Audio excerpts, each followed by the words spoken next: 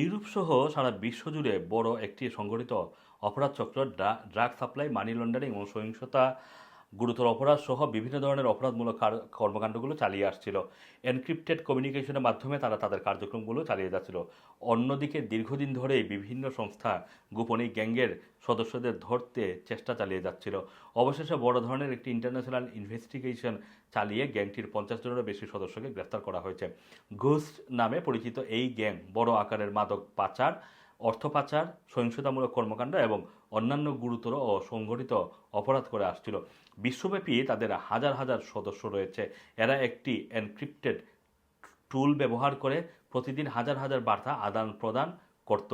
ইউরোপল এবং ইউরোজাস্ট প্রভৃতি international law enforcement agency একত্রে অভিযান চালিয়ে গ্যাংয়ের এনক্রিপ্টেড কমিউনিকেশন নেটওয়ার্ক ভেদ করতে সক্ষম হয়।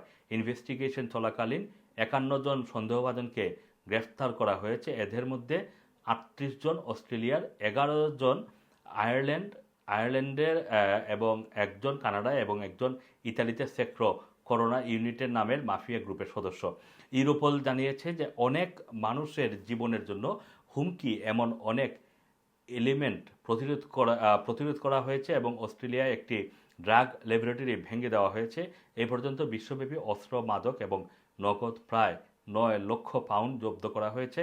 আইরিশ পুলিশ মোট 12.8 মিলিয়ন পাউন্ড মূল্যের কোকেন এবং 42টি সন্দেহজনক এনক্রিপ্টেড করা ডিভাইস জব্দ করেছে।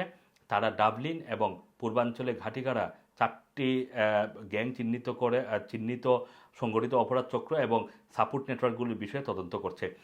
আয়ারল্যান্ডের এই অভিযানে 5 জনকে গ্রেফতার করা হয়েছে। যুক্তরাজ্য সহ অন্যান্য দেশে ইনভেস্টিগেশন অব্যাহত রয়েছে। Assam Masum, Rana TV, London.